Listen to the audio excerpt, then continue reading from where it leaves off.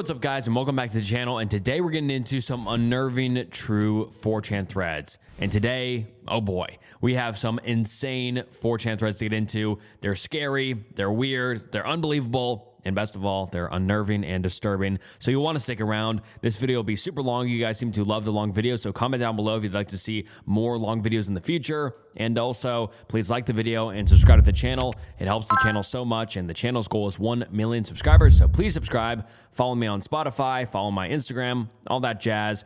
And this video will be long enough already. And so without further ado, let's get into some unnerving true 4chan threads. Hello everyone. I want to share some creepy or strange stories that I know. Some stories were told by my relatives, mainly by my grandfather, or my acquaintances. I have also encountered some unexplained incidences in my life. I will also write some stories that have been published in the local newspaper. In some stories, there may be some moments for foreigners. I will try to explain them. I did not change anything in the stories. If there are any distortions, it is because I heard or read these stories a long time ago, and my memory could distort them. I hope you enjoy stories. Also, sorry for the poor English.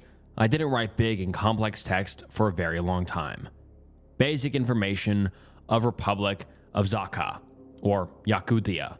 Yakutia, located in Far East in Russia, the largest subject of the Russian Federation in terms of area. However, population density in it is one of the lowest in Russia, around only 1 million people. The winters are very long and cold. Average temperature in December and January around minus 50 degrees Celsius. Summer is short, hot, and dry. Average temperature in June and July above 35 degrees Celsius. About our religion. Ethnic Russians, around 40% of the population, are Orthodox Christians. Zakha people, or the Yakut, around 50% of the population.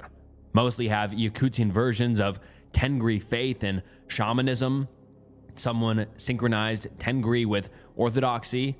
There's also smaller Siberian culture like Evans, Evinks, Yukagurs, Dolguns, etc. But I don't know much about their culture. Zakha, or the Yakut, are Turkic nation with some Mongolian and Tungistic influences. The shaman's grave. Grandfather story number 1. Him, around 7 years old, decide to go for a walk in the forest with his friend. Go further than usual. A strange structure is soon found, like this one on Pic Related. And then he shows a picture of some sort of structure in the woods. I guess it's kind of propped up above the ground. It looks like a little fort or some sort. And then he says it's a shaman's grave. At first they get scared, but decide to investigate it. Shaman's things are found near the grave, like a shaman's tambourine or the dingyur. Gradually, the fear recedes, and they start to play with these things. Decide that would be nice to show new cool things to other children in the village. Back on the road to village. On the way back to a village, they saw a rider on horseback, which is heading towards them. That was the headman of the village. Looked at children's things and asked where they got it from. The children told him how they found these things. The headman got angry and worked out some UFC moves on them. Urgently took them to their parents in the village. Brings them to their parents and told them what happened. Parents also got enraged and practiced some UFC moves on them. Decide what to do. There was a female shaman, or the Yudajan, in neighboring village. They went to this village. Come to her and start telling her what happened. Udagan says that she sensed their approach in advance, and a ritual should be prepared if they want the children not to be in serious trouble. The woman prepares for the ritual and asks them to go outside. After a while, Udagan leaves her house and starts talking. I did what I could. You should put things back in place and ask for forgiveness. Then you will understand whether the shaman forgave you or not. Did everything what she said. The next day, grandfather's friend wakes up and found out that he can no longer speak. From that day on, he become dumb, which I think he can't talk anymore. He lived a long life. Doctors and healers tried to heal him, but all attempts were unsuccessful. Strange man. Grandfather story 2. Be him, around 9 years old. Played with his friends in the forest near his village. It's getting quite late. The campaign is going home. Grandfather goes to his house alone. On the way, he meets a strange, old, thin, tall man. Grandfather does not recognize this person. A strange person walks up to the child and speaks. "What are you doing here at this late hour? Go home quickly. Your little sister misses you. Your grandmother is going to cook your favorite pancakes. Your parents have finished their work and are preparing to have dinner now." The strange man went further down the road. My grandfather thought it was a family friend who came to visit from a neighboring village. He returned to his home and sees that everything is just as that person said. Started to ask about this person. The family said that no one came to them today. Grandfather told me how he met this man and described his appearance. Parents and grandmother were very scared. This man's descriptions matched to one of my grandfather's grandfather, who died long ago. My grandfather's grandfather was a dark shaman. Moreover, he was a ravenous shaman. In the Sakha region, there are two types of shamans: white shamans and dark shamans. White shamans are serving the gods, i.e., they mostly give blessings and heal people. Dark shaman, or the Oyun, was like a Jedi. That is, he could use the forces of both the upper world and the lower world. But if Oyun could not cope with the inhabitants from the lower world, then they took control over him, and he became Zemeke Oyun, ravenous shaman. Ravenous shamans are obsessed with harming people, primarily their relatives. This event took place around at the end of May 1941. A few weeks later, my grandfather's grandmother died. Soon, my grandfather's parents died of hunger and illness due to the war. My grandfather and his sisters were sent to an orphanage, where they were later taken from there by relatives and raised. Fishing. Grandfather story number 3. Be him, around 25 years old, going to meet with his old friend who lives on Other Olis, region of Yakuta. Meet him, celebrate, and drink some vodka. They decided to go fishing on a local lake tomorrow. On next day, they arrived at this lake. Start fishing. No fish. A few hours later, still no fish. Grandfather got angry. "What a shitty lake. Is there any fish here?" Grandfather's friend got nervous. "I would not dare to say that. You know the rules. You should ask for forgiveness." "No, I believe in Lenin and the Soviet Party, not in superstitions." "It's your choice, but I'd be more careful if I were you." In Sakha religion, respect to the nature is one of the most important things. When you go out into nature, you shouldn't speak loud, drink, have fun, and throw a garbage. Also, you should not insult the place where you are, because the spirit of this place can hear you and gets angry. Evening came, grandfather and his friend laid in sleeping bags on the shore of the lake. Late night. Through a dream, the grandfather feels like someone is slowly dragging him towards the lake. Attempts to wake up his friend who is sleeping next to him but can't move or speak. The lake is getting closer and closer.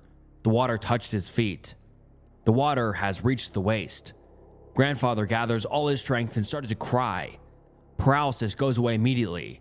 There is no one on the side of the lake. A friend comes up to him and asks what happened. Grandfather tells what happened. "What a fool. I told you. You're lucky. If it wanted to kill you, it would not give you a chance of salvation." Since then, my grandfather stopped doubting the presence of supernatural powers, but he remained a true communist. Old Cowshed. Grandfather story 4. Be me. Summer of 2007.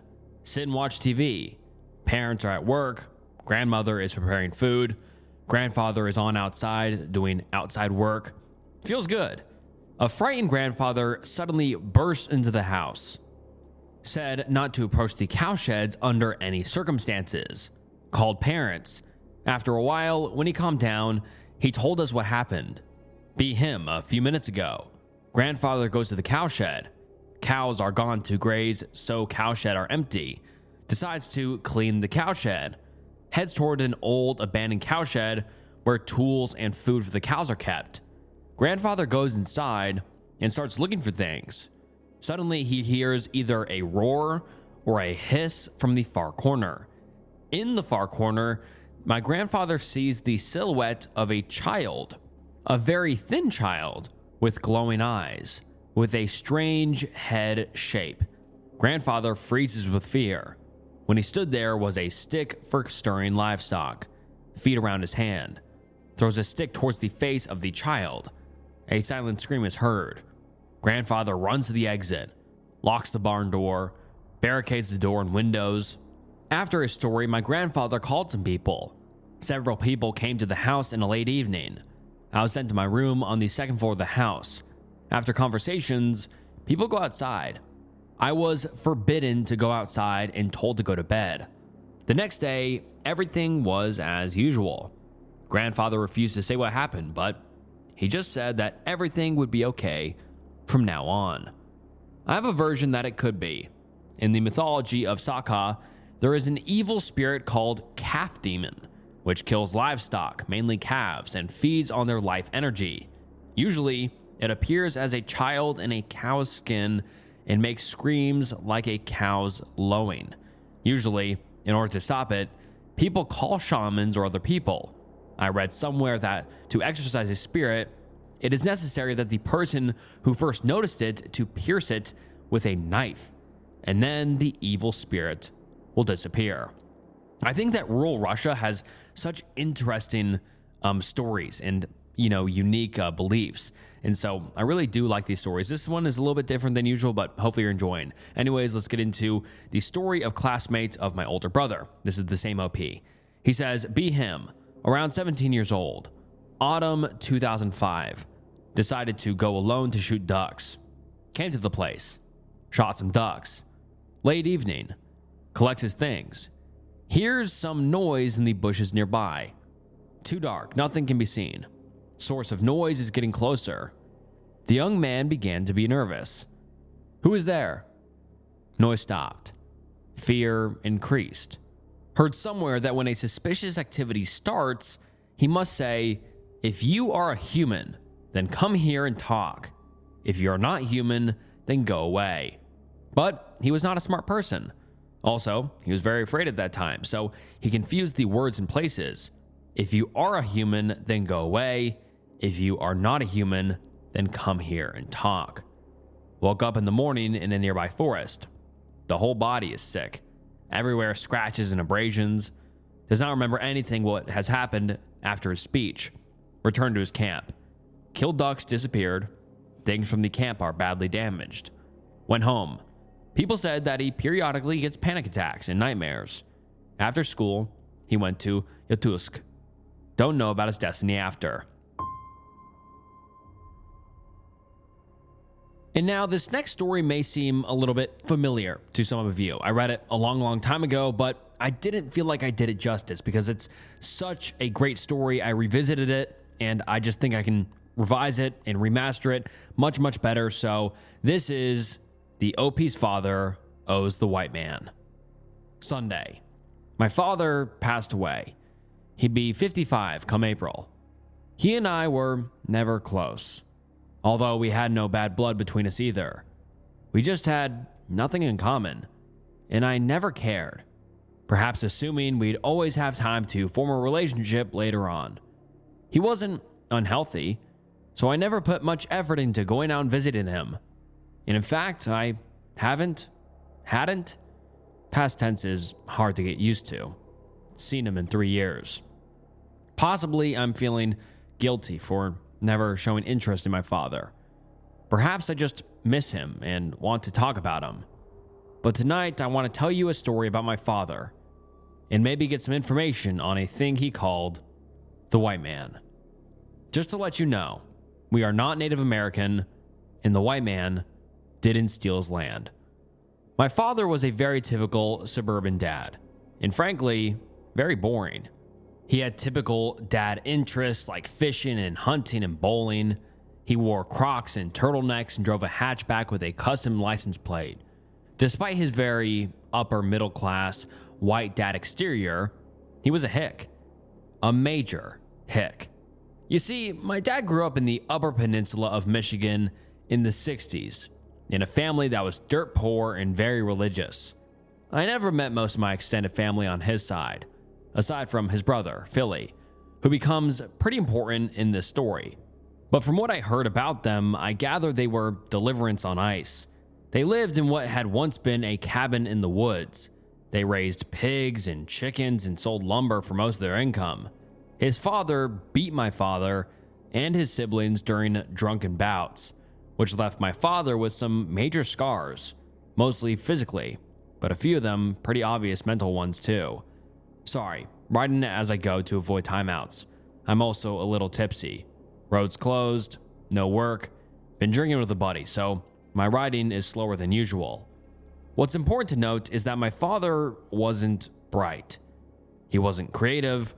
He wasn't a storyteller. He could remember things and repeat them, and he could focus his energy into things, but he wasn't bright. Brains were not how he got where he was, so it's with this in mind that I ask you to handle his stories. My father used to talk freely of the white man to my sister and I, more her than myself as they were much closer, but was always careful to not mention him in front of my mother and Philly. Philly would make fun of him relentlessly for his boogeyman, and my mother never knew of any of it. I suppose he was afraid of her thinking he was crazy. I grew up hearing about the white man, who seemed to be a combination of all your typical boogeymen. He was capable of changing shape, but not color. In his regular form, he was vaguely humanoid but featureless. However, he could change into actual people or animals. He was old and not stupid, but still more animal than man. He chose people, followed them, and brought bad luck to them. And most importantly, he liked to make deals. The white man wasn't a Grim Reaper sort, but he was a predator who showed up when a person was about to die or was hurt. And it was such that my father first saw him. Now, pardon if this isn't told that well. I admit I have little flair for stories, and I've not heard any of these old tales in a long time, so a few details may be missing. One year, about January, my father and Philly went out into the woods to go hunting. The two were about 10 and 9 respectively, although Philly was apparently the leader. They wandered further from their home than usual, and it quickly got dark, which led them getting disoriented and lost. What had initially begun as a simple afternoon hunt was now potentially life-threatening, for they didn't have the gear to easily survive the night. Things got worse, though, when the ground beneath my uncle gave way, revealing that in the dark they had wandered onto a pond which had frozen over and been covered by snow, but couldn't handle the weight of the two boys. My father, being, as I said, a bit stupid, took a moment to react to the situation before he began trying to help his brother out. After a short struggle, during which time my father got soaked as well, they managed to get Philly out of the water, although they were both now exhausted and wet and truly had no idea where they were, for there wasn't a pond anywhere near their house. The two eventually managed to get off the pond and into the woods in an effort to find shelter or their home. Eventually, they found a crevice beneath a tree and ducked into it for shelter, although it wasn't big enough for them to both fit at once. Being the drier of the two, my father volunteered to take the first shift out in the cold, while his brother tried to dry off in the crevice. Now here the story splits. The more reasonable one is Philly's version. He dozed off. My father woke him up a while later, told him they should keep moving. They did, kept wandering until they saw lights. Those lights were flashlights. The neighbors were out looking for them. They met up with some neighbors, went home. Their dad beat them. The hillbillies were all happy except my dad because he was crazy. And then there's my father's version. My father told me he sat out there, scanning the horizon and listening carefully for anything moving in the woods. Animals may mean better shelter or danger, and a person or some sort of vehicle meant rescue. Considering my dad was religious, Ned Flanders would be closer to the truth, but not far off either. Sorry for being slow to respond. After about 20 minutes, he began to hear something. Footsteps. According to him, it sounded like a large man and not all that far away, although he couldn't see anything, which surprised him a bit, as it wasn't all that dark, and even back then, most people wandering in the woods tried to wear at least one bright item on them to avoid getting shot. But despite that, the noise got louder and louder until he finally saw it. A figure as white as snow walking through the trees towards him. It was clear to him that it wasn't human, and he described it as being about 9 feet tall and shaped like Gumby. It had 2 arms, 2 legs, and 2 eyes, but no features.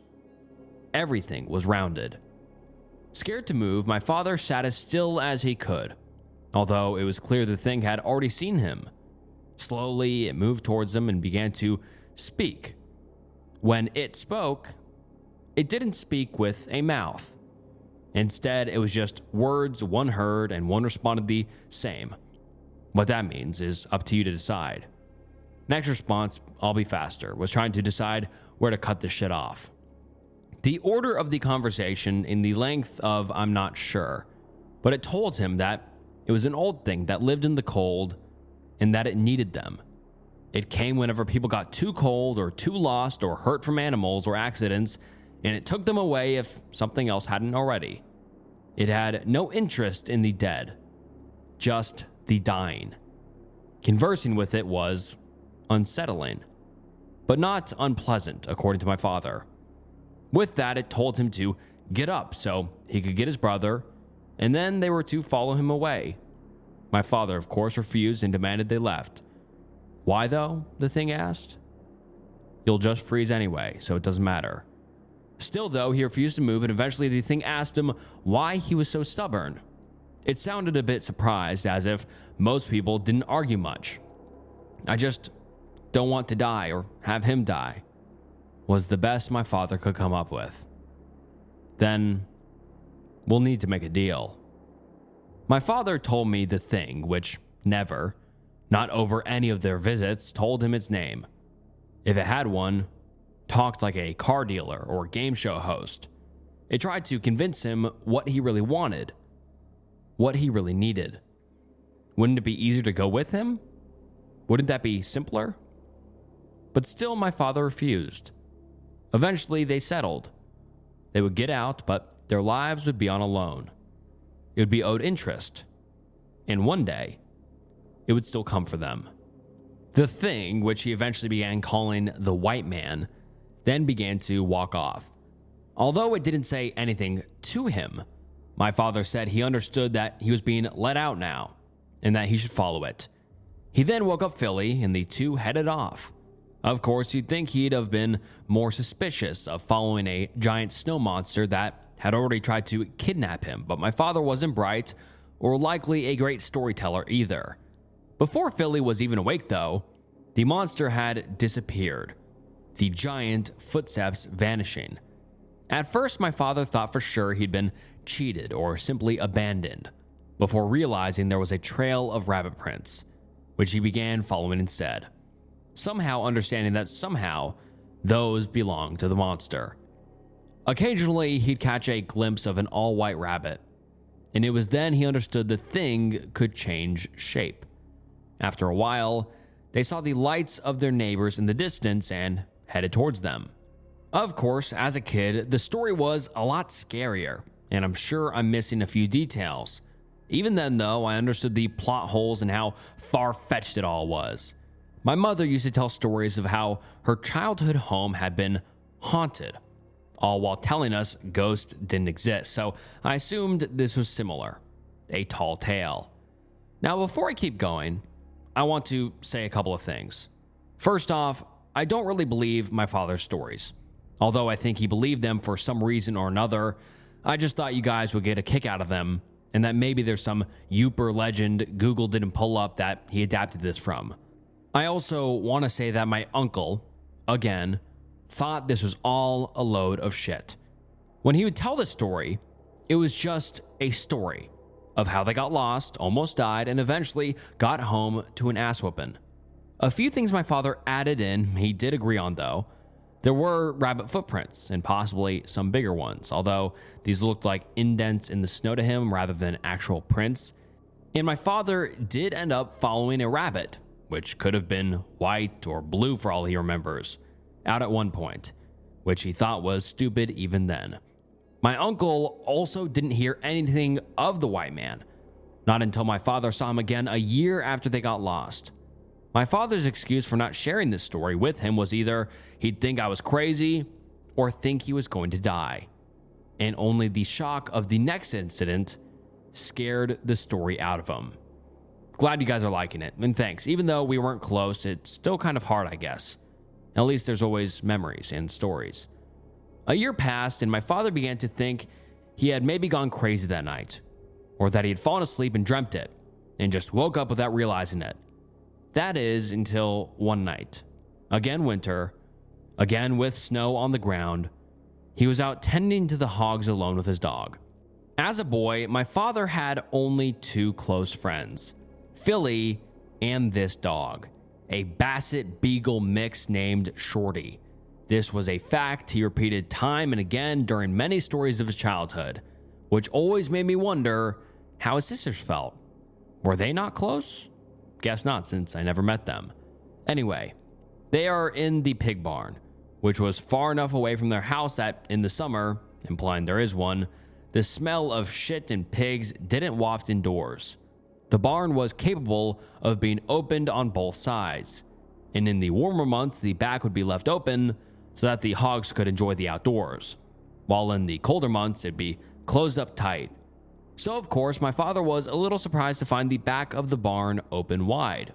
This had happened once or twice before over the years, and usually meant he had to run back home and get his father and Philly so they could hunt down all the pigs, who even in cold weather would head out in an effort to find food or get into something. But tonight, that wasn't an issue, for all the hogs were huddled as far from the door as possible, and very reluctant to go out, even on a clear night. Assuming the pigs had gotten a bit of a sense and didn't want to deal with the weather, he headed through the pen to close up the door, with Shorty following him the whole way. He gets there and Shorty takes one sniff before darting out the door, howling and barking the whole way, obviously chasing after something. Shorty, my father would say, was a bit of a tattletale. If something was misbehaving, he'd try to stop it. When sneaking out or getting up past bedtime, you had to make sure the dog didn't see you do it. This applied to other animals too, and if a pig or chicken didn't do what it was supposed to, the dog would get into it. So with that in mind, my father didn't think perhaps the dog was after something, but that it was instead scolding a hog that had wandered off alone into the pen. As quickly as possible, after all, pigs all look alike, move a good bit, and my father wasn't brilliant, my father counted up the pigs and noticed that one, an adult boar, was missing. So he headed out after Shorty to find the lost pig. In the still and the snow, it was easy to find Shorty. All he had to do was follow the dog's footprints, but that was when he realized something was wrong. Shorty's prints were in the snow, but they weren't following the tracks of the hog. In fact, there were no prints from the hog, which there should have been. No new snow had fallen, and there wasn't enough wind to easily cover them. And furthermore, there were tracks. They just weren't from a pig. Instead, they were large, vague dents in the snow. These my father recognized. He had seen them before in the woods the year before, if only briefly. And here they were again, with Shorty on hot pursuit of the creature. Mustering up his courage, my father followed them as well. After all, he wanted his dog back, and scared or not, he needed to at least look for him and the hog, or his father would kill him. The pen was decent size for a hog pen, but soon he hit the fence, which was made up of 5-foot tall hog panels. Shorty was capable of climbing these. I'm assuming his build was more beagle than basset, because the image of a basset hound climbing a fence is hilarious to me. And he could see that the dog had already gone over the fence and into the woods. Of course, the fence hadn't stopped the white man either. His track simply went right over the fence, as if he hadn't even had to break stride to get over it.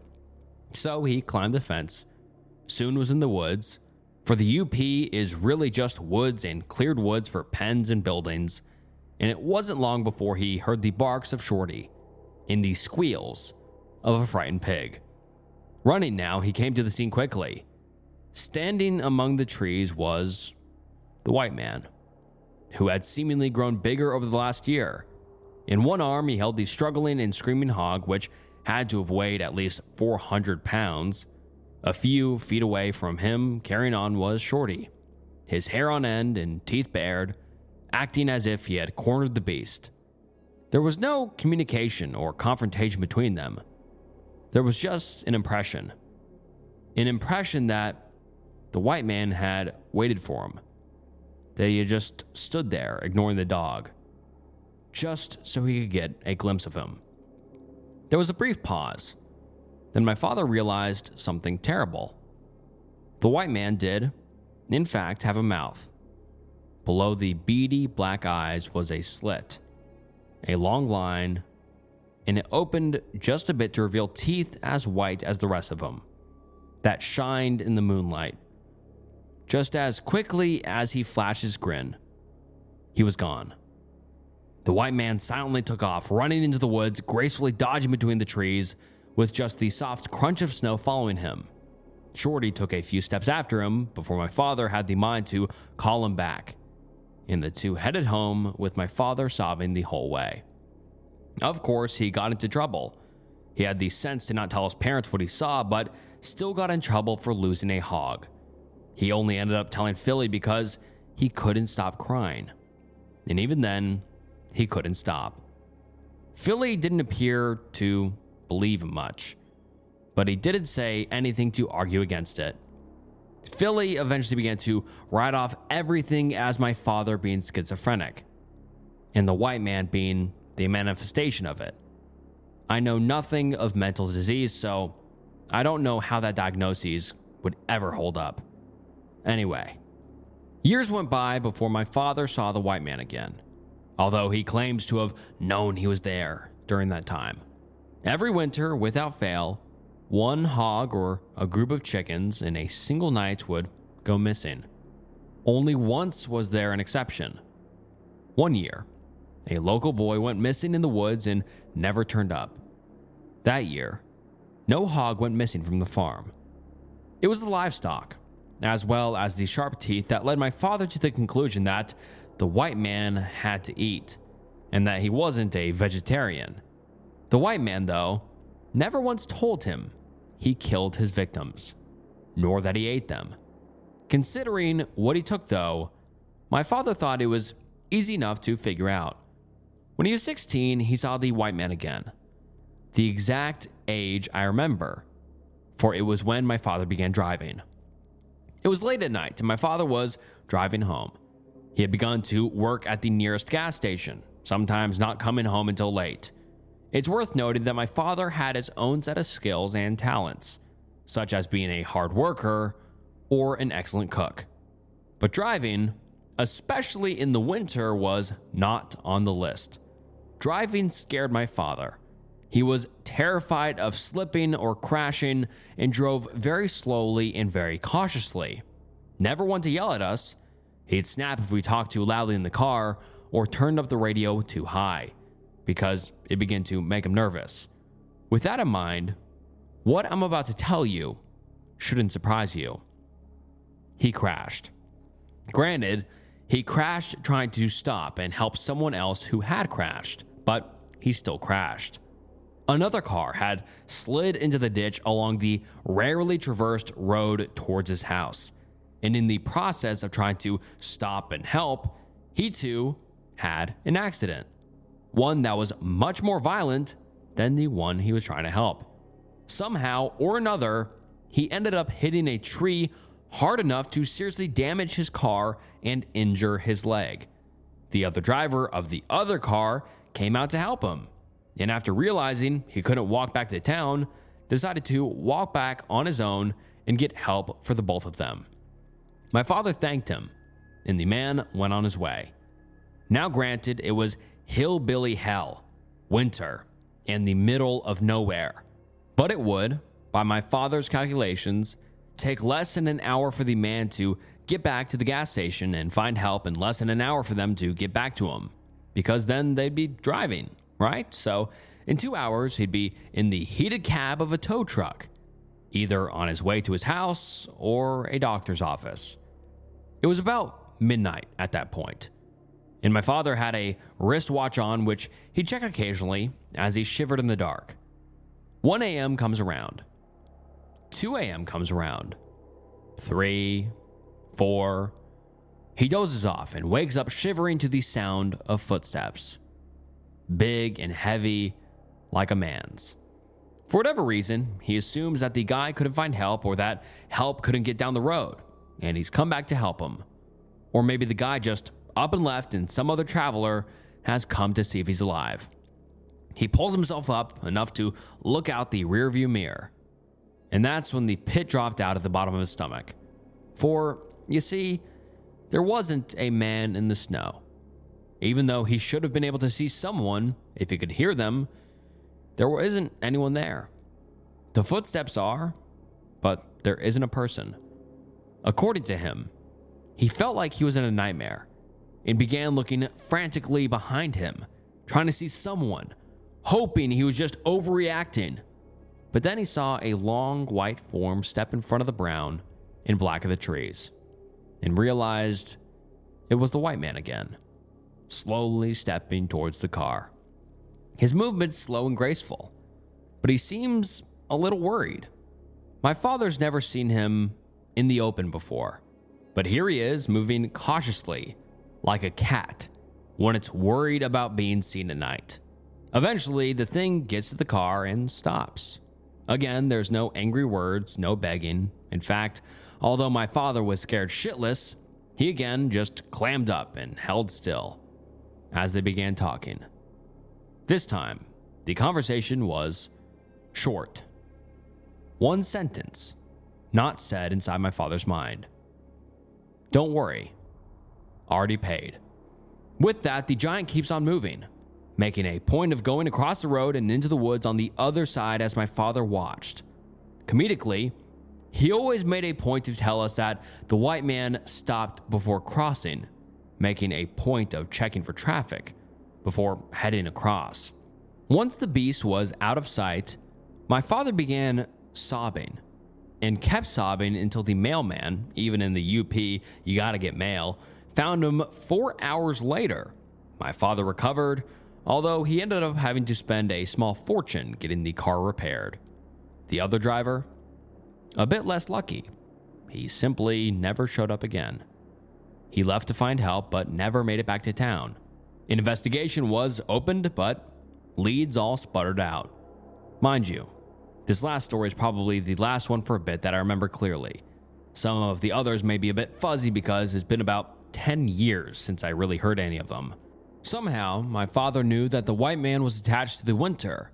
This surely wasn't a surprise to anyone at all, seeing as he was a white monster in the UP that only showed up when snow fell. The issue, of course, was that it was often winter in the UP. A few more years went by with no really noteworthy incidents. The white man would take something every winter, but it didn't get Shorty or my grandmother or anything. By now, my father was 18 and 19 and getting ready to leave. His family was poor, and even if they hadn't been, my grandfather did not believe in college. With his sons now men, he gave them an option: become farmers, clergymen, lumberjacks, laborers, or get out and don't come back. It was because of Philly that they didn't do that, although I'm sure my father wanted to get away from the winter. Philly decided they'd both join the military and get out of there. Vietnam had recently ended, and he would joke that he thought he'd get somewhere warm that had never seen snow. I guess I could lie and, for comedy's effect, say they both were sent to Alaska or Russia. But the truth is a bit more boring. They were accepted and went through basic training, but neither ever saw combat. Philly was removed from service for a birth defect eventually, and my father stayed in but never did anything until his contract ran up, merely working on bases those few years. he asked to be transferred somewhere warm, and being liked by his higher-ups, found himself in Texas. With it getting late, I'm admittedly going to wrap things up a bit faster than I'd planned. My father had tons of stories about weird things they'd find in the woods before he ever left the UP, and other odd incidences he tied vaguely to the white man. But it was some time before he ever saw him again. After all, if he was tied to winter, it'd be a while before there'd be a reunion in Texas. But towards the end of my father's military contract, a storm hit the area he was stationed in and brought with it snow. Being one of the few on the base who had any knowledge of how to handle the mess, he saw himself outside a lot during the storm. And it didn't take long before he realized the white man could travel. The storm lasted 2 days. On the second day, he woke early to de-ice paths and roads. In a desolate part of the base, he was surprised to see another soldier in the distance, and grew a bit concerned when he realized the man wasn't moving. Quickly, he approached him, only to realize something. Again, there were no footprints leading out to this man, who he now realized was devoid of color. A detailed white shape with 2 dark eyes. If he hadn't been so surprised, he'd have screamed. Instead, he claimed he probably looked as white as the white man, as the color left him. No interest. With that, the figure vanished. My father was found sometime later by a fellow soldier, staring into the distance across an open field. Exhaustion was his supposed excuse. 2 days later, he received a call from his older sister, informing him that his father had died. There wasn't much detail to go into. His father had simply fallen over in the field and died while feeding hogs. And that was that. No mess, no fuss. My father, understandably, didn't care much. If the white man did it, it wasn't much of a punishment. But he eventually came to decide the white man was, if nothing else, a bad omen. Admittedly, it's now 4 a.m. for me. I'm heading to bed, but if the thread's still up tomorrow and there's any interest, I'll wrap it up with at least 2 to 3 stories I have that are of any interest. I hope at least a few of you got somewhat of a kick out of it. Which leads me to asking a question. Anyone have any idea what this thing was? If he wasn't just blowing smoke out his ass / crazy? Any legends of anything like this? Oh, fine. One more. Give me a moment. Needless to say, my father grew afraid of snow in the winter.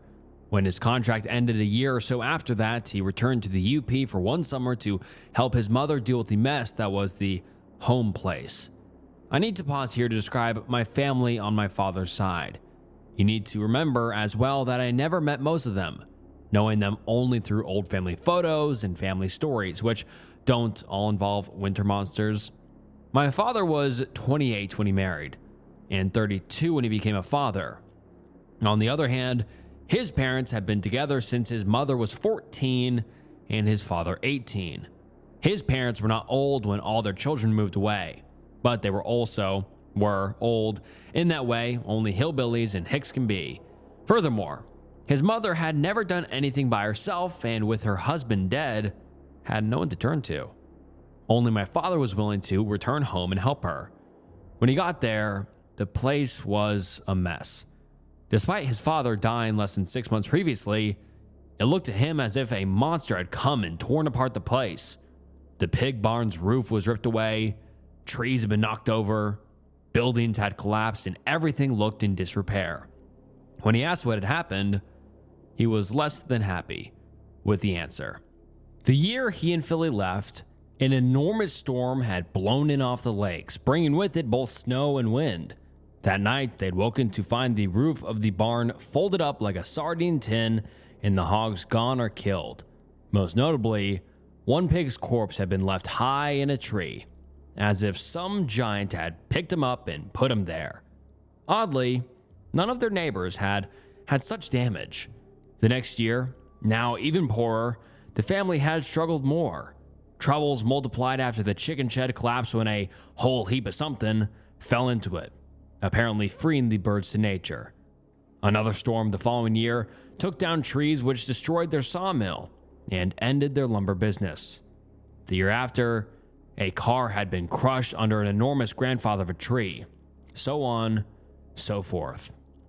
The only year, supposedly, that had been free of damage had been the winter just prior. His father had been feeding the few replaced hogs and fell over and died on the way home. Obviously, the news shook my father up. He couldn't tell his mother the white man did it, nor did he believe the white man had entirely. But some part of him just couldn't help but feel there was a connection, that a debt had gone unpaid and the collector had been unable to find him. Hastily, he helped his mother move and sell what few items of value remained. Before the winter returned, he made sure to be well back into Texas, where they had a short, warm winter free of snow, during which time he met my mother. Perhaps ironically, a year later they got married in January. Furthermore, her birthday was in December. My father always liked having happier things in the wintertime though, so it didn't bother him in the least. It's good to see white man can be helpful, friend. Make sure he doesn't kill your hogs for payment though. Anyway, I'm going to sleep. If it's still up in the morning, I'll finish it all up. And then someone replies saying, all right, friend. And then the OP comes back 8 hours later saying, although there were more stories prior to this, they were mostly small ones or more detailed accounts of how animals are stolen. My father probably had dozens of these, but I can't remember most of them, and I apologize for that. If I can get in touch with my sister, who was much closer to him than I was, I may ask her a bit. I'm mostly telling the big ones, but when I'm done, I may include a few of the littles that I forgot. Anyway, although my father met my mother in Texas, she wasn't from there. She was from Pennsylvania, and her family still lived there. About when their lease in Texas ran up, the holidays rolled around, and she suggested they head up to where her parents lived for an extended vacation. So a few weeks before Thanksgiving, they headed up there. Apparently, my father was terrified, for if the white man could travel, then he'd surely be there over the winter, and he owed him a great deal of debt. But he couldn't tell his new wife that he couldn't go somewhere with an actual winter because of a demon he made a deal with? Now could he? So he tried to play it off as a fear of meeting his in-laws for the first time. Unfortunately, he hit it off with them, so when he continued to act nervous, he began to raise a few questions with my mother, who one night confronted him and asked if he was all right. This was the closest he ever got to telling her about the white man. He asked her if she believed in demons or monsters, and she told him no. Well, if she didn't, did she think she could? No. If someone told her they believed in demons, she'd think they were crazy. The conversation was thus dropped. Considering he told my sister and I of the white man from an early age, part of me thinks she must have eventually known something about him, but it never came up. Certainly, as time went on, my mother thought of my father as eccentric, if not harmless. Back to the story though. By now, it was cold, although snow hadn't fallen yet. One night, a few days before Thanksgiving, he woke up to ice outside the house. In this ice, he swore he saw a shape, slightly darker than the surroundings, the shape of a vague humanoid creature. By now, he's terrified. He's either gotten so wrapped up in this that he's gone mad, or he's been taunted before the first snow even falls. Which is why when it does fall a few days later, right on Thanksgiving Day, he loses it. My grandparents were wealthy and had a large family, and for every holiday they threw enormous parties.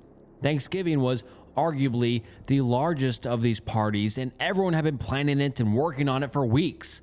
By the evening prior, people were showing up, and by Thursday afternoon, the house was packed. It was about then that it began to snow. It all started with my uncle, not the hillbilly one, joking they were gonna get snowed in, as just the lightest of powder began to fall. Like in a horror movie, my father inched towards the window and looked out. The skies were gray, snow was wafting down. In a panic, he switched the channel off whatever pregame event everyone was watching to check the weather, which of course began to upset people. Knowing he'd come up from Texas and that he had a bit of an accent that could be of Southern hick, people asked if he'd never seen snow before. No, my mother assured them. He's from Michigan. He's seen it before. He just doesn't like it. By now, he's panicking though, and people are joking about him or just weirded out. His issue wasn't just the white man. It was that he owed the white man. That the white man was angry. And that he was stuck in a house with 40 other people while he dealt with the white man. Eventually, my mother escorted him out to the bedroom where they were staying. They argued briefly, and he was told to stay there until he was calm or dinner came around. Like a child being put into timeout, my father, among other things, was very obedient. So the thought of arguing back and leaving didn't really occur to him. Instead, he was now trapped in a smaller area. And unfortunately for him, the room overlooked the large backyard, which was fenced with just a short iron fence and backed up directly to an empty lot and then the woods. As the snow accumulated and it grew darker and darker, he grew more and more anxious. His time was deviated between watching the yard and woods like a hawk and trying to ignore said yard and woods. Finally, at about 7 p.m., he was taken downstairs to eat. But being locked up there had the opposite effect. He was now more nervous and more anxious than ever, and it showed. I could go into detail on the dinner, but really it's not relevant to the story. The long story short, it didn't go well, and eventually he was sent back upstairs well before anyone else was done. By now, it was dark. Part of him expected the white man to pop up as soon as it got dark. But like a girl getting ready for a date, the white man made him wait. Hours ticked by, and he sat waiting in front of the window, with just the sounds of the party downstairs keeping him company. Slowly, he began to calm down a little. Maybe the white man wouldn't show up. Maybe all he could do was appear vaguely when he was this far from home. With a sigh of relief, my father decided to head to the bathroom. When he came back through, he saw just the briefest flash of white against the trees. His heart sank. His fear returned, but still he knew he had to go take a look.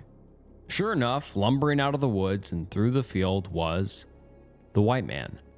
He was smaller now than my father had ever seen him, but still larger than a man. It stopped at the fence and looked up towards him. It was clear to my father that the white man knew he was there and wanted something, but was unwilling to come closer. For a long moment, he stared at the creature.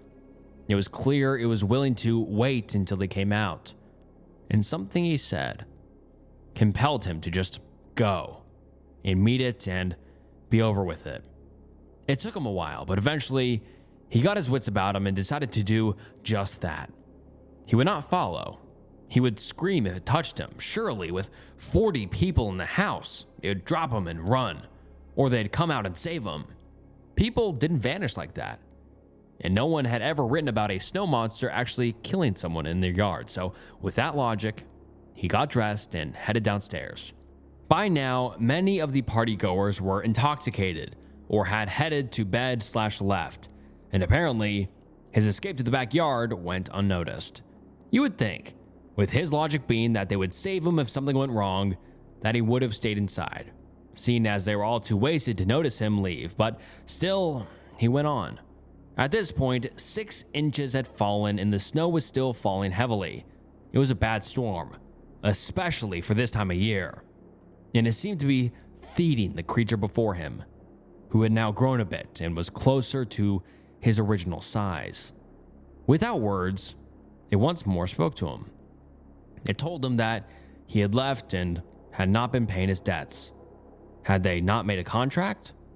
Failure to go against that would result in that contract being null and void, and he'd have to go and gather up my father in Philly and take them away.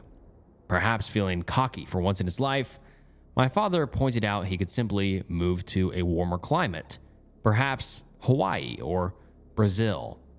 But the white man countered that. Philly would not move there. His other family members and friends would also not move. And eventually, it can snow anywhere. The contract could not be avoided, and even if that had been a solution, Here he was now, in the snow. What stopped him from just taking him now? With that, the beast reached out towards my father. Although the white man moved quickly, far quicker than any man could have moved, time did not. It slowed.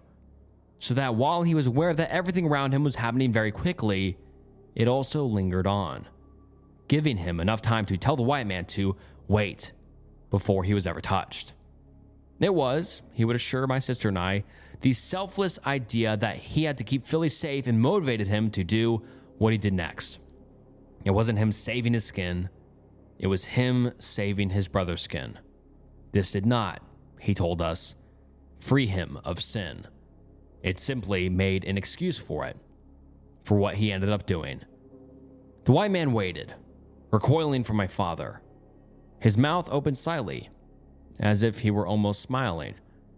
He knew what sort of idea my father had. "What if I made you another deal?" my father asked. "It would need to be impressive," was the answer. My father thought about it for a moment, but could come up with nothing. This was not an effort to be difficult, but he simply couldn't think of something that interested the man that he could sacrifice. Understanding this, the white man suggested something for him. "Will you personally give me interest? Will you let me take what you owe?" To this, my father agreed. He would allow that. He would let the white man take something that covered his almost 10 years of debt. He assumed this meant himself, that the white man would just take him, and perhaps give the debt to his brother to continue paying off. Instead, though, the monster simply opened its mouth wider. Deal done. Nothing more was said. The beast simply turned around and headed back into the woods. The soft dents in the snow it left behind quickly being filled by a new snow. A little confused and more than a little worried, my father headed back inside as he grew more and more uncomfortable. Some part of him was sure he had made a horrible mistake. That mistake did not come to light until a few weeks later, when my mother grew very ill. Eventually, she was rushed to the hospital, where they found she had miscarried but not passed the entire fetus, resulting in a major infection. She nearly died and was believed to be infertile until she had me a few years later. My father, of course, always blamed himself for it, although he never told her. He simply apologized over and over for it. He was convinced, though, that all of it had been due to his contract with the white man, and that the loss of his unborn child was the payment he owed. The incident, ironically, convinced my mother to stay close to her parents, in case some other medical issue happened. She wanted to be near them and the doctor she grew up with. My father reluctantly agreed. "I may as well have moved back home or to Alaska," was his opinion on it. The next year, my one uncle, mother's side, she had two brothers, drove off a bridge during a particularly bad snowstorm. By the time they recovered his car, not until the next spring, the body was no longer in it. The year after, my grandfather lost two German shepherds he kept in an outdoor kennel, the both of them simply vanishing from a locked pen. On the third year, the family suffered no loss, but two locals went missing on a poorly timed camping trip. My father was a religious man, the sort where every time anything went well, he'd thank Jesus or God.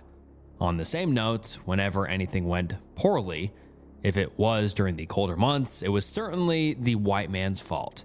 Whatever creature this was, he believed it had followed him to Pennsylvania, and that it now took its interest here, instead of back in Michigan. The logic there I never entirely understood. Did it do this all over the world? Or at least America? Were all missing people who vanished in the winter months victims of the white man? Or just people near my father? Had it really moved across the country just for him? Once I asked my father some of that. He didn't know the answer to any of it. All he knew was that it followed him like a curse. BRB, need to head out and do some stuff. We'll finish if thread's still up when I get back. I think there's two more major incidences, and then I'll just post some little stuff if anyone wants it. I appreciate the compliments, friends. I imagine if my father had given up the first time he met the white man, things would have been a good deal easier for my mother. To be honest, Sucks for her, I guess. Anyway, continuing on. The winter before I was born was the next time my father met the white man. Like I believe I've said, my mother came from some money. After she found out she couldn't have children, a fact that didn't bother her, even after my sister and I were born, she joked that her diagnoses had been good news to her. Her parents, who were far more traditional than her, bought her a puppy to help ease the pain and work as a child substitute. The dog, in 1980s dollars, had costed them $800 and was a papered Barozzi, breed pictured, imported from Russia. Despite my mother's disdain for children, though, she absolutely adored the dog, and the dog wished for nothing. It was to the degree that my father feared she loved the dog more than him. When winter rolled around that 4th year, my father grew nervous as usual. Every year, something had been taken, even if it hadn't been from him personally. And every year, he worried that the white man would take his wife or some close friend. Halfway through December came a storm that left them with 2 feet of snow. And it was then that my father was sure the white man would appear. The dog that my mother had was a very regal fellow. He was also white, very fast, and prone to running off after anything that moved. All these are facts you need to understand. Being such a regal, noble dog, he was quiet beyond peeing in the house and never had accidents. In fact, he'd rather make himself sick than do anything of that sort. While this made him very easy to housebreak, it had also made him a challenge during the winter months, for it meant he needed to go out even in the worst of weather. During the middle of the storm, the dog begins to whine. Although my father was usually quite the gentleman and doted on my father, often more than she wanted, he would not walk the dog in the snow under any circumstances. It was cowardice, he believed, but he simply couldn't bring himself to be alone out there in the cold. Of course, he didn't want his wife out there alone either, and had thus fenced in a large yard. So out goes the dog, who cannot be without a leash or a fence. My mother hangs by the door, something that drove my father nuts, as she wouldn't close it either, and waits for him. A few moments pass, and then the dog begins to bark. For those who have been around Berzozis, you should know this is a bit out of the ordinary, for they are usually very quiet, timid animals, and would rather run home when confronted by something they can't hunt than make a fuss. Concerned, my mother followed him outside. What happened next is how my father described what my mother saw, so it's not even a direct retelling from him. The snow had piled high, and although 2 feet was what they had gotten over the course of the storm, they'd gotten more prior to that. Some of this snow had been shoveled against the fence to clear a walkway, and with the added few feet on top of that, it had made a ramp along the fence line. Something big moved away. Quickly enough that all my mother saw was a streak of white against the snow. It was this that her dog had been barking at from atop this ramp, and when it fled, the dog went after it. Of course, my father claimed the thing she saw was the white man, although my mother simply thought it was a cat or some other animal that had been in the wrong place at the wrong time. Regardless, the dog was gone. In runs my mother, screaming that her dog is gone and they have to go after it. It's chased something, and if they don't find it soon, it'll freeze to death. He refuses to go after it. He makes every excuse he can. Honey, he'll be back. Sweetheart, it's not worth risking our lives.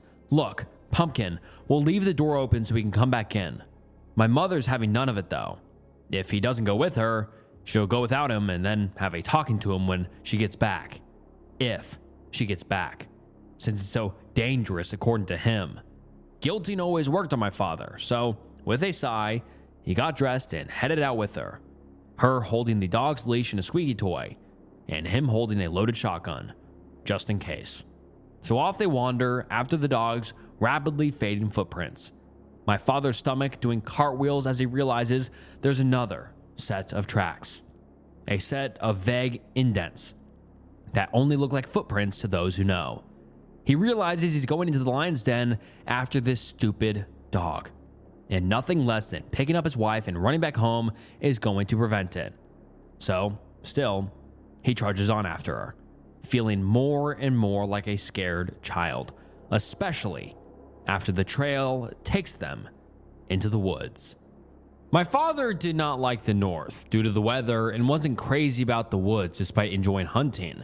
My father especially did not like Pennsylvania's woods. They're not like most woods, he would say. They're empty. They're quiet. As they get deeper and deeper into the woods, the trail begins to pick up. The footprints are less filled in, the gait dropping from a run to a walk. My mother's calling for the dog, squeaking the toy occasionally, and trying to convince my father the dog will just be around the next bend. This continues on for a while, until they're deeper in the woods than they thought possible. It was just like being a little boy again, my father told me. Unfamiliar woods going on seemingly forever. Eventually, he almost convinces her to turn around, but that's when they hear a low whine, like a dog that's been hurt. She spins around and catches, just briefly, a glimpse of snow-white fur in her flashlight. Off my mother takes after the dog, calling and squeaking her toy, with my father frozen in spot behind her, not yet pursuing. That's because he's looking down at the tracks. There's my mother's, his wife's footprints, and there's the prints of a dog. But there's no vague indents. The prints that had, until now, been consistent are gone. He calls back to her. Nothing. He can hear her, but she's not going to listen to him. And that means he has to run after her every step of the way. She's just enough ahead of him that he can see her but not call to her. And the path they're taking is taking them further and further from home. Back then, where they lived, the suburbs had only just hit the area. There was their subdivision and their backyard. Beyond that was another backyard and then a street. And across from that were construction sites and fields, before you eventually hit hundreds of acres of practically untouched woods. If you went far enough, you would get to more fields and old farms. But there was nothing but relative wilderness for miles and no other big neighborhoods. It was a very real possibility you could get lost and not be found right away. It was a very good place to lure some poor, cursed fool away. What happened next would be described how my mother told it to my father. Every so often, she'd catch a glimpse of her dog, just the snow-white outline of him, or the fluff of his tail. Whenever she'd give up hope, there'd be the dog. Eventually, though, one last time, she lost sight of him. It was then that she heard a snapping sound, followed by the yelping of a dog that sounded far too familiar. The sound was carried by the wind, she said, and sounded high and distant, which made it impossible to find where the animal went. Then, there was nothing. The trail ended. There were no more prints. The dog didn't appear no matter how much she called for it. Eventually, my father caught up. He claimed the trail did continue. She simply didn't understand what she was seeing, and hopefully never would. For in front of the dog prints, where they ended, were those indents again. After a few minutes of the two checking around, they found the dog's collar, snapped and hanging on a branch just high enough to seem off to my father. Of course, my mother believed the dog got caught, broke the collar, and simply never was seen again.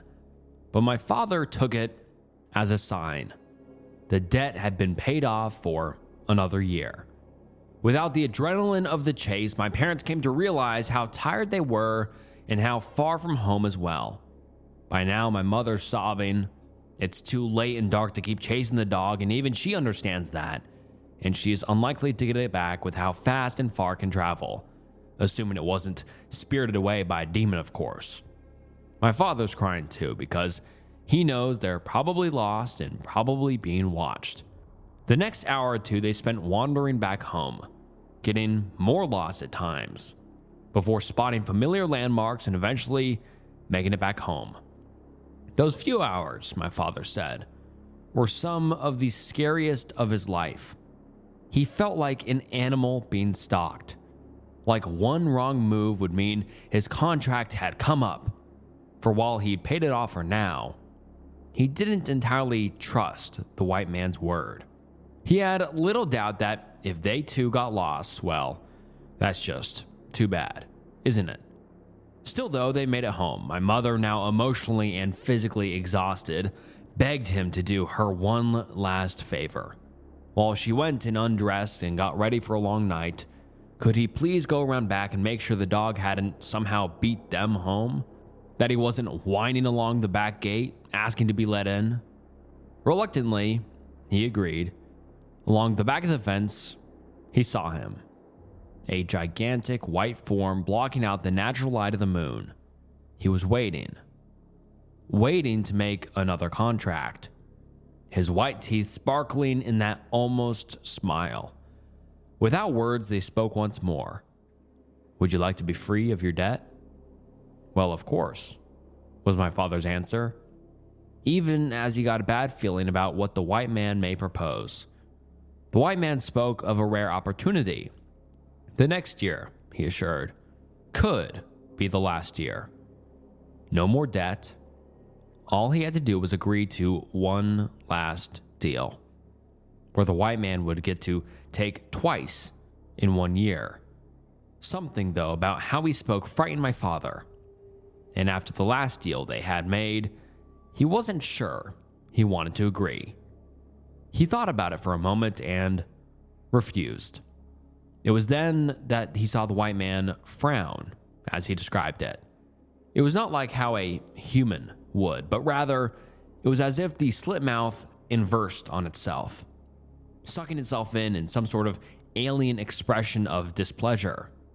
Well, that's unfortunate, the white man remarked, before simply slipping back into the snow. My father headed back in. The dog never showed back up. That spring, her parents bought her another dog, another Borzosi, although this one was black instead of white. This dog I grew up with. He fortunately was not as regal or noble as the dog before him and had no issue pissing inside if the weather got too bad. Now, before I get to this next part, which I guess is the second to last big part, if I'm remembering everything clearly, I'm going to get myself some food as I've not eaten all day. So I'm going to take this chance to make something clear. My father spoke with this thing multiple times, but it never used its voice. It had a voice, he told me, but it wasn't one you heard, and you didn't speak to it with your voice. It all happened without actual audible words, and things were more gestures than actual sentences. You understood one another. Things were translated into rough sentences, but exact wording wasn't there. With that in mind, the white man didn't necessarily say exactly, well, that's unfortunate. My father often could translate these sentences better into things that sounded less corny, but I've honestly not cared much to make it sound great, since the white man was telepathic or something of that sort, and probably wasn't speaking the king's English anyway. Like I said, the following year I was born. My parents did not use birth control. Of this, I am unfortunately certain, for my mother was adamant that we shouldn't make the same mistake when it came time to teach us the birds and the bees. Of course, in their defense, they thought they couldn't have children. Eventually, though, a little miracle, me, happened. This was something they didn't discover until fairly late in the pregnancy, when all these symptoms simply couldn't be ignored. Upon finally heading to the doctor, they found not only was my mother pregnant, but she was pregnant with twins. Twins were common in my mother's family, with pretty much every generation having at least one batch of them. My mother herself was a twin.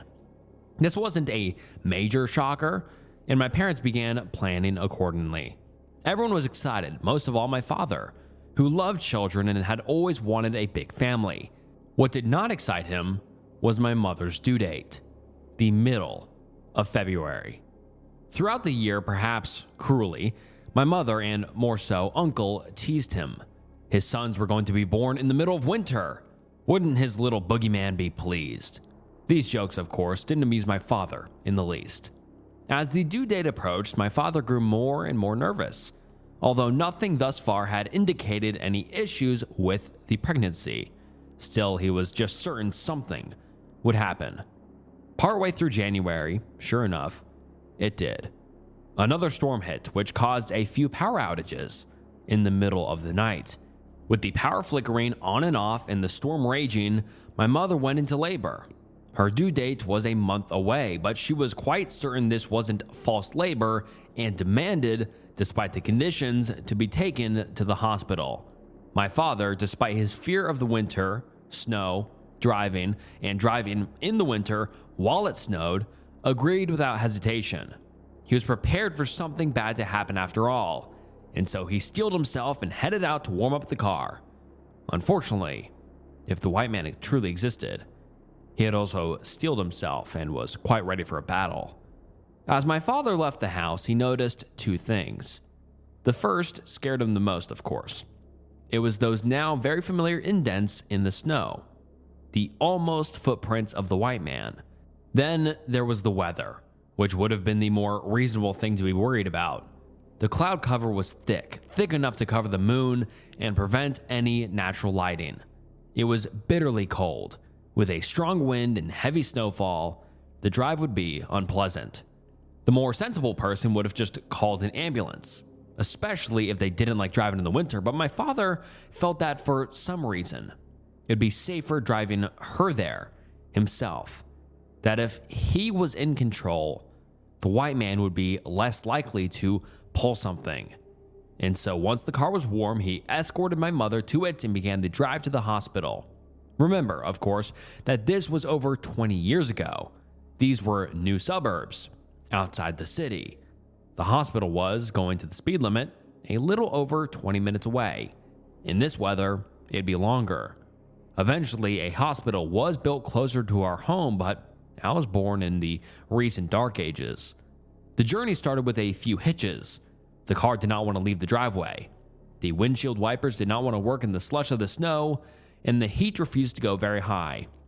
Before even leaving the neighborhood, the small hatchback that became part of my father's persona over the years slid twice on the poorly maintained roads of our suburbs. But once they got out into the open, main roads were much better salted and scraped. Everything seemed to be turning up in their favor. Traffic was non-existent. The winds died down slightly. Slips were avoidant. My father relaxed as much as someone in a snowstorm with a woman in labor can, and that, he said, was the biggest mistake. Ahead of them, it appeared some snow had blown into the road, forming a short blockade. Confident, my father drove over it and promptly became struck in the surprisingly solid slush. No amount of backing up or revving forward freed them, and with a nervous sigh, my father had to exit the car and try to push them over or dig them out. It was then that he realized he had not hit snow. He had hit the white man's hulking form. He let out a slight screech, and when his wife asked why, he had no word for it. He couldn't, in those few moments, he had explained a lifetime of demonic harassment, and even if he could, he didn't think this was the time or the place. "It's nothing, I was just startled by something," was his answer, before closing the door and staring down the beast, who simply stared back with beady eyes. Again, there was no real confrontation. It was like having a conversation with a car dealer once more, as the white man tried to make his deal. This thing was here to collect interest, but wanted to offer last year's chance once more. Twice and once a year, no more. Again, remember, my father was not a bright man, and it took him a moment to understand what the white man meant. Once the image clicked into his mind, the white man echoed it, as if to confirm. 2 boys for 2 boys. If he offered his own unborn sons, the white man would finally consider his and Philly's debt paid. It was that simple. But my father continued to refuse. He would not offer his sons up as a substitute, and that was final. There was one last push for it before the white man gave up. There was no confrontation, although my father always used to add, "I would have fought him if I had to." Fortunately, though, he didn't have to. The white man simply slid away from under the car and into the white of the snow without anyone ever noticing. You must be asking, of course, what my mother thought happened. My mother simply thought that snow had gotten under the car and that my father got the car free somehow. If there was a giant monster, she never saw it. He got back into the car, drove her to the hospital, and she had 2 healthy boys, of which I was the slightly older. Despite us being 3 to 4 weeks early, we were a bit small but not sickly. I'm sure you thought this would be a more dramatic conclusion, but it didn't. There wasn't one. But if you've been paying attention, you probably noticed something as well. I've mentioned a younger sister, but never a brother. Before anyone asks, my slightly younger twin brother didn't somehow become my sister either. Everything went relatively well, although my brother and I remained in the hospital a few days longer than usual to monitor for any health problems. The next month, things continued to go well, although my father acted more nervous than usual during the winter months. If the white man had shown such interest in us, why had it suddenly disappeared? Why had it taken nothing else? There hadn't even been any missing persons, which seemed to occasionally subside its hunger in the curse. It was the middle of February when things came to a head. Ironically, perhaps, it was on the day my brother and I were expected to be born on initially. My brother and I shared a room, although we had different cribs. My mother was not a champion caregiver, and my father most frequently cared for us, so when I began crying loudly in the middle of the night, it was him who came to see what I wanted, and it was him who discovered the window beside my brother's crib open. No, he wasn't missing. He wasn't gone like the pigs or the dog or my uncle who drove off the road into a lake. They didn't put out missing posters like they did for the poor man who tried to help a 16-year-old version of my father after he drove off the road. Instead, he was simply dead. A cold body in a cold crib in a room with much too cold for babies. The official cause of death was SIDS, although I'm sure it'd have been something else had my parents not closed the window before the paramedics arrived.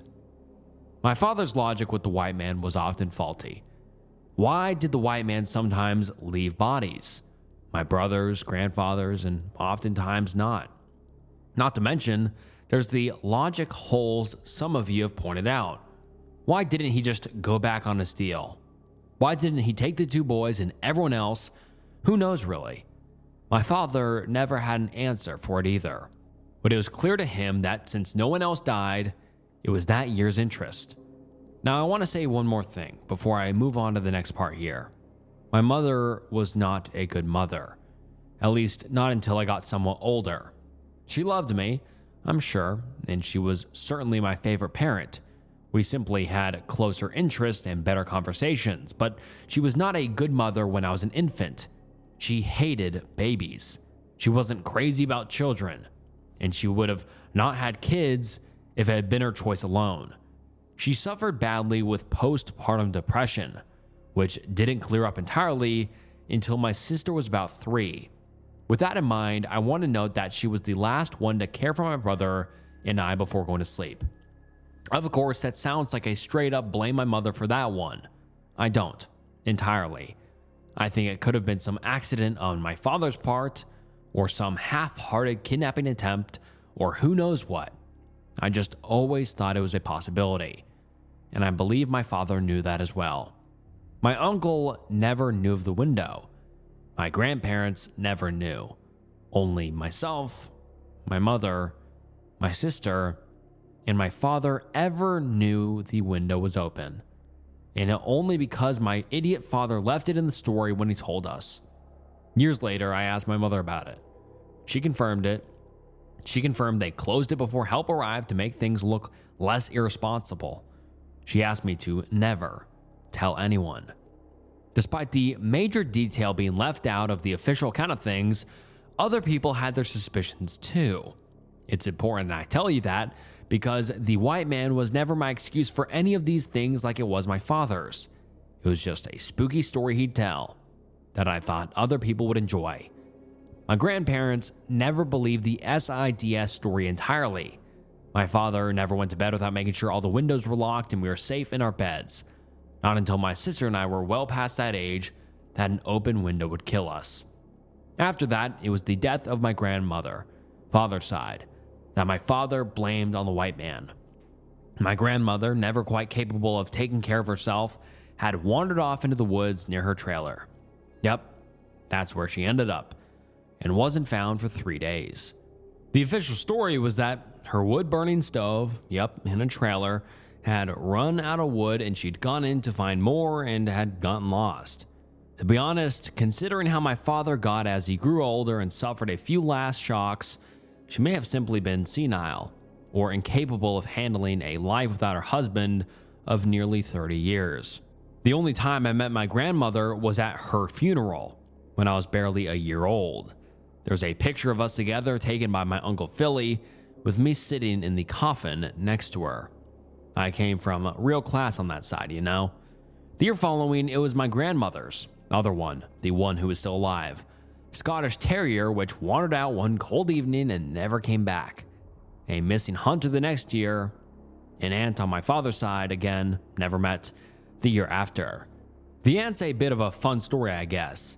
She just disappeared.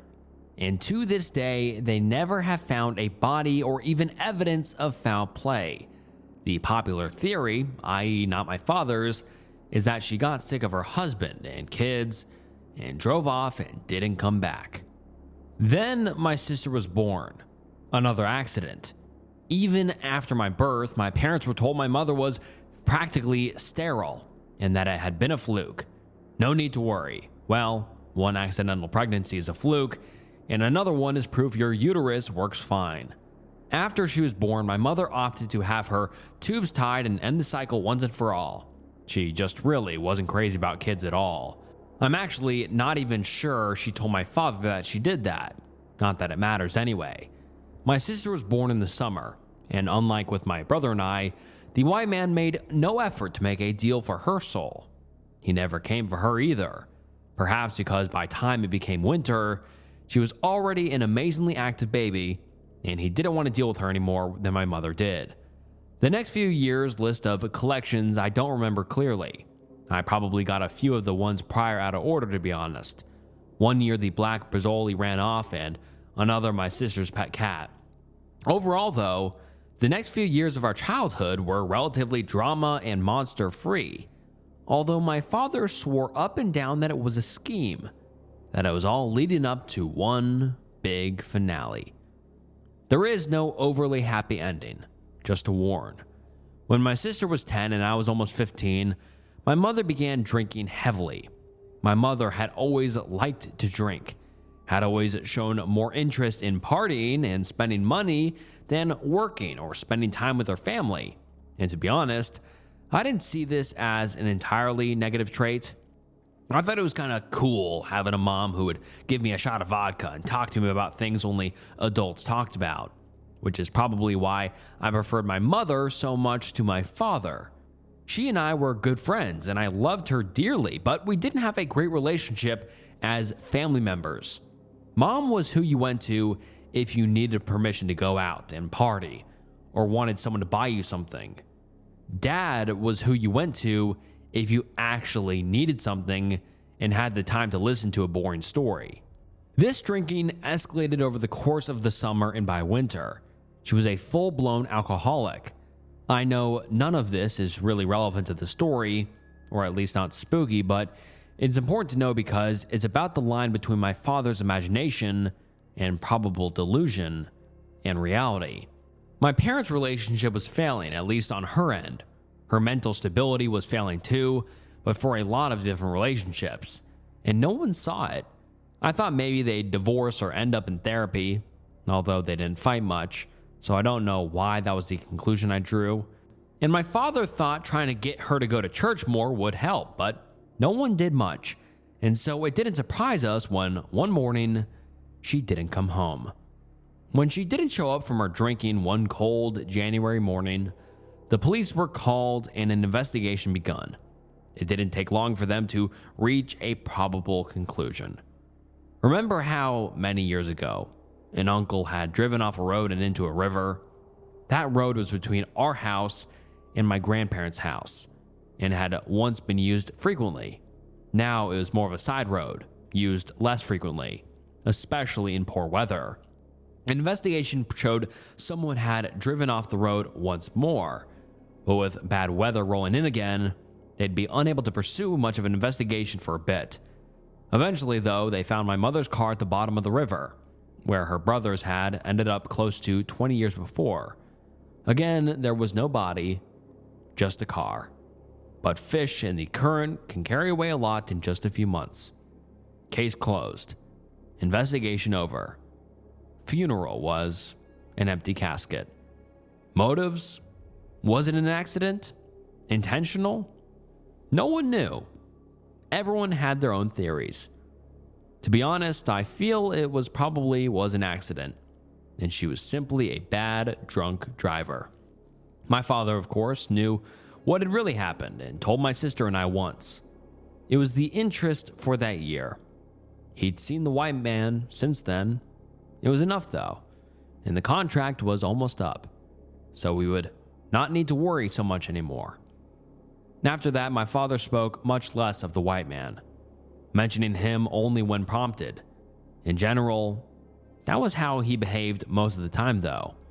He spoke less, talking only when prompted. He had spent close to 20 years taking care of my mother, even when she didn't need it, and he had spent most of his life worrying about some boogeyman. Now his children were almost adults. He was mostly alone, and he was less and less needed. Without someone to take care of, he couldn't take care of himself either, much like how his mother had ended up. Until I left at 18, I drove him places and helped him with things he could no longer do. It wasn't that he was senile, exactly, for he wasn't old. It was just that he couldn't do it. Something left him, and he needed help. Every year, winter still scared him and he still wouldn't go outside, but he was less nervous and almost bitter during those months. His debt was paid, I think he thought. When I left, my sister began caring for him. We weren't close, my sister and I, or my father and I, as I've said, so I didn't check in much and I didn't visit at all. My uncle, Philly, moved nearer to the area after his own lifetime of bad luck, which brought some pep back to my father, at least so I heard, and gave him a proper babysitter. This, of course, all leads us back to the start. On Sunday, he died. I wish I could say it was something dramatic, like the house was torn up by a Yeti and they never found his body, but it wasn't. My father did not drive well in the snow, and my sister wasn't home to drive him. He went out to the store that night, slid off the road going too fast, and wasn't found until morning, by which time he had died from his injuries and shock. We buried him fast, and I saw my sister for the first time in 4 years. My father looked much older than 54 in his coffin. I remembered how old my grandmother looked from pictures when she was his age, how old she looked in her coffin that I once laid inside. My family doesn't age well, I guess. Is there some plot twist to this at all? No. But there's one more piece of information, and I've been saving it for the dramatic end. Philly's saying things are looking in his windows, that he's hearing someone stomp around his house at night and catching glimpses of movement from outside. But when he goes out there, he can't even find any footprints. And then someone comments saying, "Go to Texas, and for the love of God, never venture out in the snow." How long has Philly been saying things are looking in his windows? Maybe he's been denying it all these years? And then the OP responds to this commenter saying, "Apparently since a few days before my father's death, although I didn't ask for any details, nor did I imply it was the white man. Seeing as Philly never appreciated the stories, when my father was telling them, I didn't want to upset him. After this semester is up, I was considering moving someplace warmer anyway, so I may do it. Not because of a spooky ghost, but because I don't like shoveling my drive or falling on my ass because of ice." And here is one last story. Chronologically, it goes between my birth and my mother's death, although that should be pretty obvious. It wasn't included previously because, well, it didn't happen to me and I never got the details, but I've since talked to my sister. Awkward process, I'll have you know, and here it is. Now, everyone knows parents are not supposed to pick favorites, but generally, they do. I was clearly my mother's favorite, which looking back was kind of mean of her. I got more expensive presents, I got away with more, she talked to me more, she always took my side. My father, on the other hand, didn't seem to pick favorites, but he spent more time with my sister, I believe because my mother obviously liked her the least out of the two of us. Over time, if nothing else, it became clear which of us preferred which parent. I liked our mother more, and my sister adored our father. Every moment they could spend together, they did. And that probably sounds creepy when you're so used to hearing about creepy, fucked up relationships, but it really wasn't. It was a very nice, normal storybook relationship. My sister had few friends growing up. If there was one thing we both got from our mother, it's a stick up the ass gene because I wasn't popular either. And it was for the same reason. We were pretentious, smart ass shits. We thought we were better than every other kid. This is where my sister was lucky, for my father most certainly wasn't a kid. But he wasn't quite an adult either.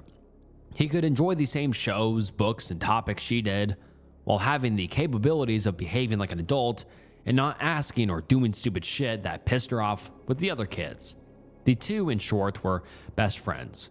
This had obvious benefits for her because she never could get in trouble with him and had a parent she could tell anything to.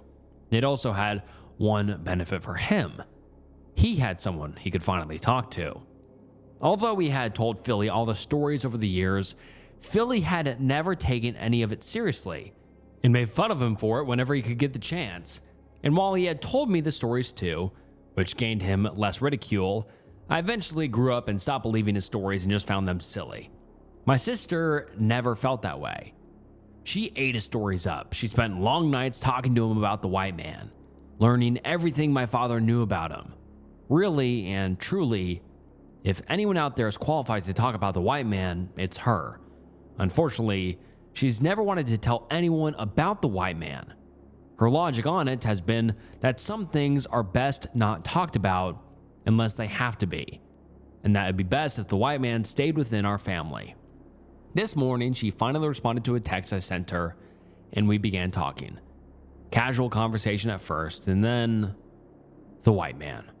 She, of course, thought I wanted to know to tease my father, but once I assured her I was just curious and suddenly a bit nostalgic for the stories, she let up a bit, under the condition that I wasn't making fun of him somewhere online. Well, I'm not making fun of him, so I didn't exactly lie to her. Before I go on, I will mention that I did ask, jokingly, if there was a reason we didn't talk about the white man. Would he appear if you thought about him? Would it make him stronger or spread some curse? No, she responded. It's just, why would you want to talk about and share something evil like that? So before anyone asks, I've not cursed you. It's not some Hello Molly shit where the white man is now inside your head. Anyway, when my sister was about 6 or so, she had a cat named Boo. It was a big, angry, caramel-colored tomcat and mostly contained inside. He only got out when my mother would try and get him castrated occasionally. Then, like a sixth sense, he'd find a way out and be gone for a few days until the appointment was well past and she'd have to reschedule. No matter what my mother did, she could never get Boo to the vet. If she put him in a dog crate for a few days before the appointment, he'd either get out the day before she went to put him in the cage, or he'd get out when she opened the door, biting and scratching if he had to. Other times, she'd lock him in the guest bedroom's bathroom, and then lock the guest bedroom too, giving her 2 doors to prevent any escape. Even then, he'd find a way out, somehow slipping his fat self out the window, which he could open just a few inches. Once he was outside, he was usually gone, like I said. Sometimes he'd linger around the house in places where no one could reach him. Once he did just that for 2 days, hiding on top of the shelf in the backyard and moving to the other side whenever my mother tried to get the ladder and grab him. Eventually, frustrated, she asked my father to get a fishing net and get the cat. She would have done it herself, but my mother was a tiny, angry woman and found it difficult to wield a cat. My father refused, not wanting to get involved in a man's fight for his nuts, and that would lead to the biggest argument my parents probably ever had. What caused it to get so heated, I don't know. I don't know why over the 20 years they were married, this was the one thing they really argued about. And this was the one thing my father stood his ground on. I don't know why they were so passionate about kiddie balls. The argument lasted for days. Some part of my sarcastic preteen mind was preparing how I'd tell people my parents divorced over this. Now it's worth mentioning this all happened in very late fall, a little after Thanksgiving, which had come fairly early that year. And of course, Old Man Winter and the snow thought this was a fitting time to come by, right in the middle of my parents' argument about Boo's protest atop the shed. Snow hit hard and fast in another lovely East Coast freak storm, and like a piece of paper, my dad's argument crumpled in the face of his greatest fear. Unfortunately, my mother was not such a lightweight about arguments and kept it going even when he no longer wanted to. The cat was no longer the issue. No specific thing was the issue. 16 years of shit was coming out all at once while the white man stalked around the house. Much like my mother, Boo did not back down from a fight, even in the face of snow or a supernatural white Gumby, and still he refused to come inside. More importantly, my father now refused to go outside and get him at all for any reason, which further heated the argument. While I had been amused by the fight almost, my sister was greatly distressed by it, at least partially because it involved her beloved cat, who was now freezing outside. On the first night of her snowstorm, and the end of Boo's second day on the shed, she was just settling down to go to sleep when she heard loud, scared meowing outside her window. Even at 6, this surprised her because the shed was far from our room, and this sounded like it was coming from directly below her. But she loved the cat, and so she got up under the assumption that Boo had gone down and wanted inside. She slipped to the back door and opened it, expecting Boo to be there or to come trotting around from the side of the building. But even in the dark and the snow, she could spot her cat on top of the shed outside. A light coating of snow dusting his fur and a rather displeased expression on his face. So of course she called the cat. He would not come down. Begrudgingly, she came back in and headed back to her room. What a fickle creature. Wanting in one moment and then jumping back up there and refusing. No sooner had my sister gone back in bed and under her covers than the crying began again. Loud and sad under her window.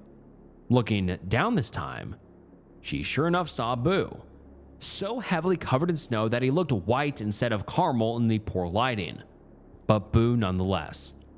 With a sigh, she got back up again and went around to the back to let the cat in. But yet again, Boo was on the shed and refused to come in no matter how much she called. So back to bed she went again, only to once more have Boo under her window whining. This time, fed up with his shit, she opened her window and called out to him, telling him to go around to the door. Surprisingly, with an expression that seemed a little too smart for a cat too stupid to get off a shed and come inside, the cat turned and headed around towards the front door.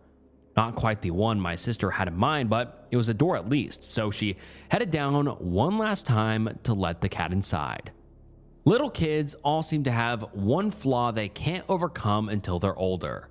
Some kids can't pour a drink without making a mess. Some can't zip their coats. Some can't fasten their seatbelts.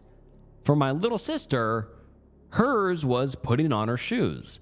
She couldn't do it until she was almost 7, which was a few months after the story. With that in mind, my sister headed to the front door and found Boo, covered so thickly in snow he looked solid white, sitting just beyond our porch in the snow. No amount of coaxing or calling could get him to actually come inside.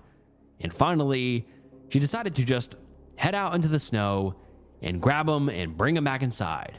Once she was within an arm's reach, just close enough to reach out and try and grab him, he began to back away. No hissing or running, just taking a step back for every once he took towards her, making a path back around the house. Despite being fairly bright, my sister saw nothing wrong with this cat's game and likely would have been up to play it much longer than she did, except for her feet began hurting due to being unprotected from the cold. So she made one last attempt to grab him, getting just a handful of cold fur before turning back around and heading back inside to try and put her shoes on. Boo had always been a little odd even for a cat, and she was certain trying to grab him like that would send him scurrying away. But instead, he headed back just one more step, and when she turned around, he followed her back to the house, making sure to be just a little bit farther from her the whole way. Even then, at that age, that made her a little uncomfortable. By the time she came back in, our mother had woken up from all the doors opening and closing. Our mother was less than happy to learn she'd been out, barefoot, chasing the cat, and refused to let her go back out again. Instead, she left her, insisting she not move from that very spot, and went to wake my father so he could finally get that damn thing in. With Boo following my sister, you'd imagine my mother had spotted him outside, but she didn't, for the cat only returned around to the front of the house once she'd left again. It was then that he resumed his miserable yowling, begging to be let in but refusing to come up the deck. Momentarily, my sister considered going against my mother's wishes and heading out once again to try and get him, for he sounded just so miserable. But some part of her was reluctant. After all, Dad would be up soon and surely he could take care of it. A few moments later, our father came around and asked where he was so he could go grab the cat. My sister pointed outside, only to find that the cat was gone again. Despite it, my dad headed outside to see if he was anywhere to be found in the front or side yard, but he simply wasn't. The footprints went under our deck but didn't come back out, and there wasn't a cat under our deck. My father eventually checked the backyard, only to find that Boo was up there on the shed again, miserable but silent. Expecting him to maybe be more willing to come in, our father went out to try and grab the cat, but that's when something stopped him. Something he didn't tell my sister for a few days. There were no cat footprints in the snow back there. No evidence he'd ever left the shed's roof. Furthermore, there weren't even any footprints on the shed, which meant to my father that the cat hadn't moved in some time, much less gotten up and down a few times. Nothing indicated Boo had moved at all.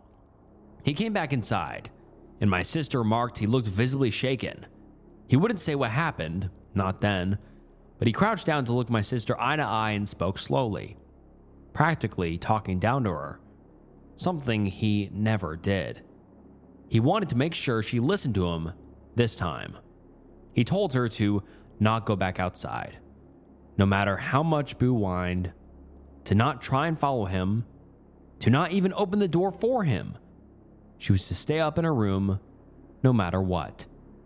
She whined a bit, but he wouldn't relent, and she eventually gave in and went back to her room, where she had a sleepless night due to the crying of Boo below her window.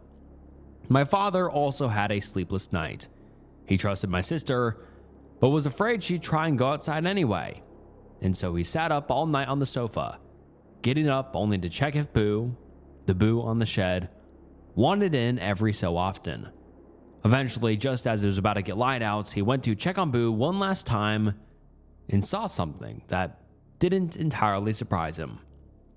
Boo was gone, but there were no footprints. He hadn't jumped off the shed or walked off. There was one patch, free of snow, where he had been laying.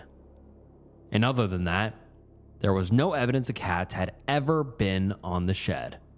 Of course, we never saw Boo again, but perhaps mockingly, my sister would hear a cat yowling outside her window, one that looked an awful lot like Boo. For the rest of the storm, once the storm was gone, so was the cat. That's the only other big event my sister could remember, and it was one I remembered only small parts of. I remember the argument, the cat's disappearance, but I was never told of anything else that happened. She knows there were a few other stories, things my father only told Philly and never us, but she just knows of them, not what they were. Before anyone asks, I know Philly would refuse to tell me even now. Any secret between my father and uncle stayed between them. My sister may remember some things I don't, so I guess if anyone has questions and I can't answer them, I can ask her. And then some commenter says, did she ever see the knot footprints? Someone else says, thanks for the read, OP. Someone else says, oh, also, does she believe this stuff is real? Broach this carefully because, well, she might think you're insulting him. Does she think the contract will end with your uncle? Someone else says, this is weird. I'm the guy that was talking to you about demons. What is weird to me is that it has shown itself to everyone but you. I don't remember that well, but your mom saw it when they were chasing the dog, didn't she? This thing is apparently now bothering Philly, and your sister came face to face with it in cat form. What if, when it's done with Philly, it goes to your sister? Then it shows itself to you. But you just don't know it. Watch out, OP. And then the OP answers these questions saying, texted her, she believes she's seen them, but not for some time. And then he also says, glad you enjoyed. The OP then says she believes it's real and has since we were kids. And finally, the OP says, I suppose that's true. I've never seen it, but my sister and mother both did, although not in its regular form. And Philly may be getting stalked by it now. Hopefully, if it does exist, the contract ends with Philly and not with us. And wow, what a great 4chan thread with that one. The white man. The OP's father owes the white man. That is the classic 4chan story. Hopefully a lot of you haven't heard it before, but I did read that a long time ago on the channel, but I just wanted to reread it here and give it the justice it deserves. And yes, a lot of you guys are saying, why is this in a true 4chan threads video? Well, I don't know. I feel like I would just believe the OP. And what I do believe that happened here was the OP's father was mentally unwell, like the OP did mention a few times, saying his father may have been crazy. And that very well could have been. And you may be asking, well, what happened with all the misfortunes that happened? Well, that's a great question. But maybe the father and the OP's father just experienced so much hardship and bad luck throughout his life that his brain created some creature, something to put the blame on. That he had this contract with this imaginary thing, whether the OP's father had some sort of mental issue or this was some sort of weird coping mechanism. Could it be true? Yes. Because only really the father saw it. At the end, they kind of talked about it, saying everyone's seen it but the OP, but no one's really seen it except for the father. So is this some sort of weird coping mechanism for the father to cope with all of the horrible misfortunes his family has been through? Or is there truly a thing out there watching and waiting for the OP in the snow that has a contract and it will fulfill that contract no matter what? What are your thoughts? I thought this story was a masterpiece. I think it is an amazing story. Rest in peace, the OP's father. And hopefully the OP's doing all right. Hopefully the white man didn't come out of the woods and is stalking him now. But yeah, that's just a great thread. Hopefully you enjoyed that. And yeah, just a masterpiece. I love that story. I just got back from a job I had in Alaska about 2 months ago. I figure it makes a good story, even though it scared the shit out of me at the time. Be me, working as a radio technician, moving across the country semi-regularly to fill jobs. Get a contract to work at a undermanned radio station in Alaska. The flight was paid for and their supplies on site. There was a room for lodging, otherwise I'd have to pay for a hotel in the nearby town, which was a few miles away. I already didn't like the sound of a radio station in the Alaskan wilderness miles away from any civilization with less than enough workers. Despite this, I accepted the contract because it paid more than any job I'd taken before, and not having to pay for a hotel and for food was a plus. I had been instructed to take my gun with me on the trip, preferably a rifle that shot a large caliber. I ended up taking my Marlin 336W in 30-30 Winchester and taking an old shitty 22 I had with me for plinking. For your sake as a reader, and to shorten this story by about 3,000 words, I won't go into boarding the plane, getting the guns registered for travel, or establishing residency in Alaska. We land in Fairbanks. The radio station itself was in the middle of nowhere, They greatly underplayed how isolated this place was. It's southeast of Fairbanks, tucked in between the lower part of Donnelly Dome and the Macabre Plateau. The landscape is very hilly, mountainous, and rough. Most of all, though, it's cold as hell. Drive just over 2 hours and 107 miles from Fairbanks to Fort Greely. Charter a AS-350 Airbus helicopter to take me and my luggage to the closest inhabited area to the radio station. Hike with a local guide about 10 miles across tough and snowy terrain to the radio station. Guide stays there for the evening because a storm is setting in. While I got situated there, the guide, other staff, and I got acquainted. There was Kevin, the groundskeeper/janitor, who had grown up nearby in Delta Junction. He was 17 and was going off to college soon. Apparently, this was one reason the place was undermanned. The pay was over minimum wage, and beside from the technicians, all the jobs were entry level. Kids would work there during the summer and leave when they went to college. There was the guide, whose name I didn't catch, but a few of the others seemed to be familiar with. He was 30-ish and was one of 8 or so local mountaineering/hiking guides. There was also Nathan, a 20-year-old guy saving up to move to Anchorage with his girlfriend. He was the other radio technician. There was supposed to be another employee, but they stopped showing up about a month prior to my arrival. I put my stuff in the lodging room, go out to talk with the others and get a bite to eat. Enter the main room. Notice that the guide is gone. Hey, where did the guide go? Nathan looked over to me. Oh, he decided to leave since it was getting late. You just let him go during a storm? He insisted, said something about having to get home as soon as he could. I'm sure he's fine. He's a guide. He knows these mountains better than the bears do. I wasn't totally okay with this, but I decided Nathan was right and to not make an argument out of it. It bugged me from the beginning that a guide as knowledgeable as he was to just up and leave in a hurry during a storm. The bad news came about a week later. I had been doing my job as I normally would anywhere else, just with heavier clothing and occasional trips outside to restart the heater located in a mini shed near the station. The bad news, as you might guess, was about the guide. He had been found half a mile from the start of the trail leading up to the station. He had been partially eaten, but it was unclear by what or how exactly he died. This spooked us enough that Kevin asked me and Nathan to teach him how to load, fire, and maintain a gun just in case. We spent a few evenings going over basics. I let him carry around my shitty 22 as well. We all started carrying guns with us when we went outside and just around the station in general. Nathan had brought his 20 gauge M2 Benelli. It didn't completely ease the tension, but it made us feel safer. We got facts to document saying that an officer would come up to talk with us about the guide's death. A week passed, then another, repeating this process. It had eventually been 4 weeks and some days since the officer was supposed to be here. We weren't supposed to use the radio equipment for anything besides broadcasting the intended content, but we figured this was important enough to bend the rules. We got in contact with the local police station.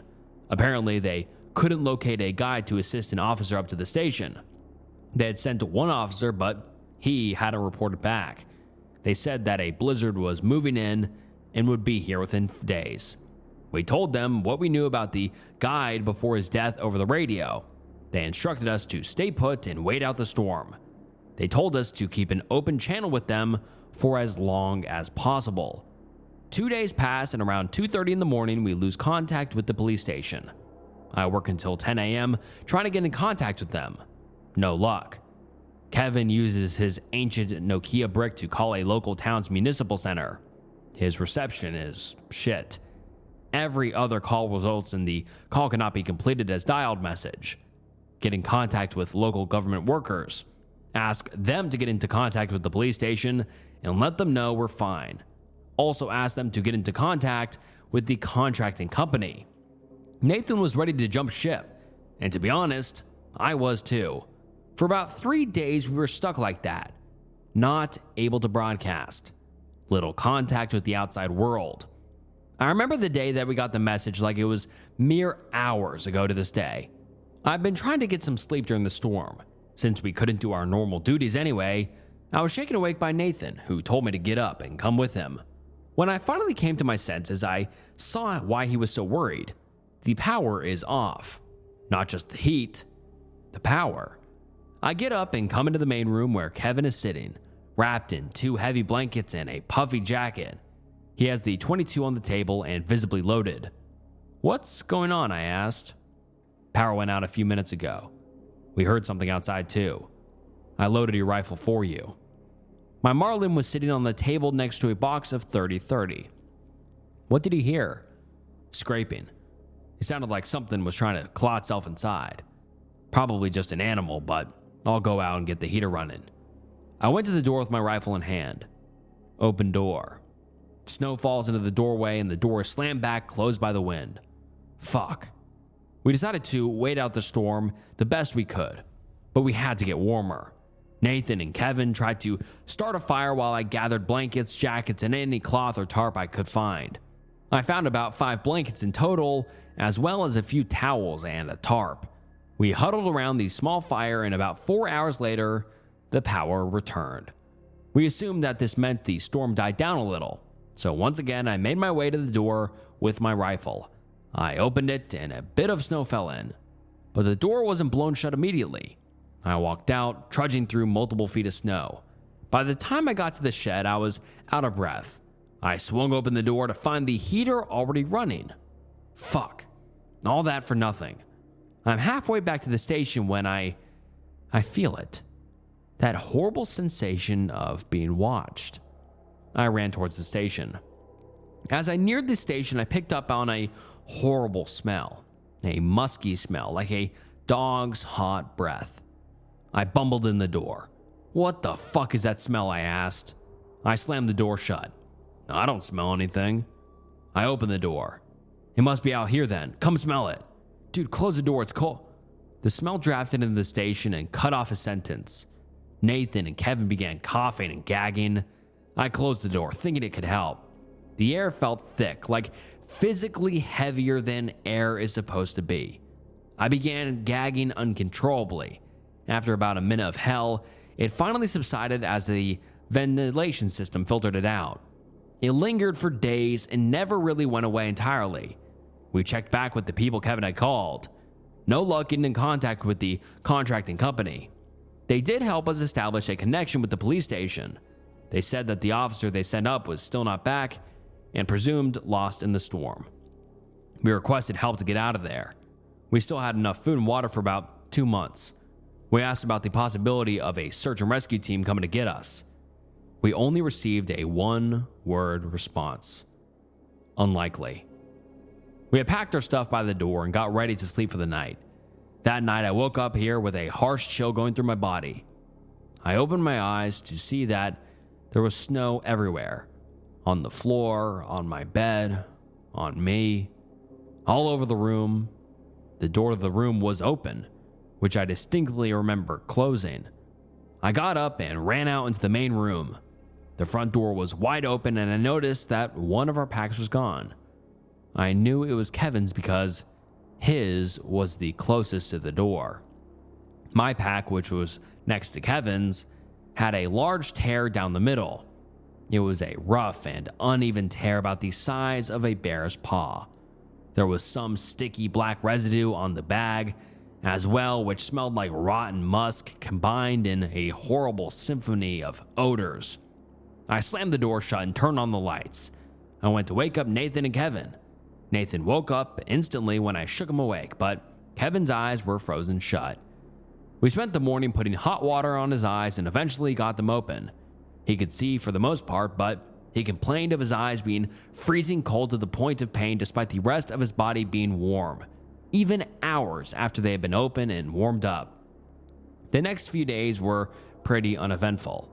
Eventually, a team consisting of a police officer and 2 local mountaineering specialists came to pick us up. We were hesitant to tell them about the weird things that had happened to us, but eventually they inquired about our time there and we told them. They said that they got reports like that from people working at the station fairly often.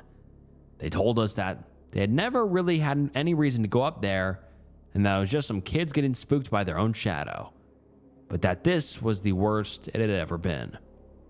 Even after we left that place, the whole ordeal wasn't entirely over.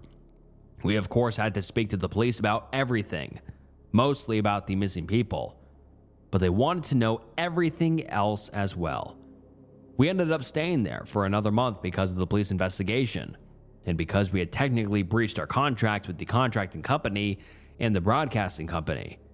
The contractors dropped all charges, and we and the broadcasting company settled out of court. Even after coming home, some weird things go on that are directly related to this whole thing, if I ever tell the story. Whether that be online or in person, my dogs always act up if they are with me. Even when I'm not home, my neighbors, without fail, tell me that my dogs made a ton of noise. That could be a coincidence, or them trying to spook me, but I guess anything is possible. And alright guys, that wraps up some unnerving true 4chan threads. Hopefully you enjoyed this video, and to be honest, I'm kind of running out of 4chan threads. I've read almost every single 4chan story out there. I've gone into every single 4chan thread out there that's of note. So please comment down below if you know of any good stories I can get into, or point me in the right direction.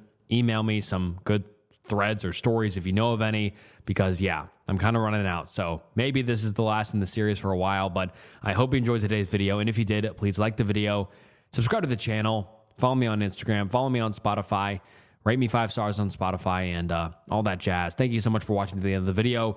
If you enjoyed it, do all the things I just said, and thank you so much for watching. It means the world. This was Snook, and I'll see you next time. Bye.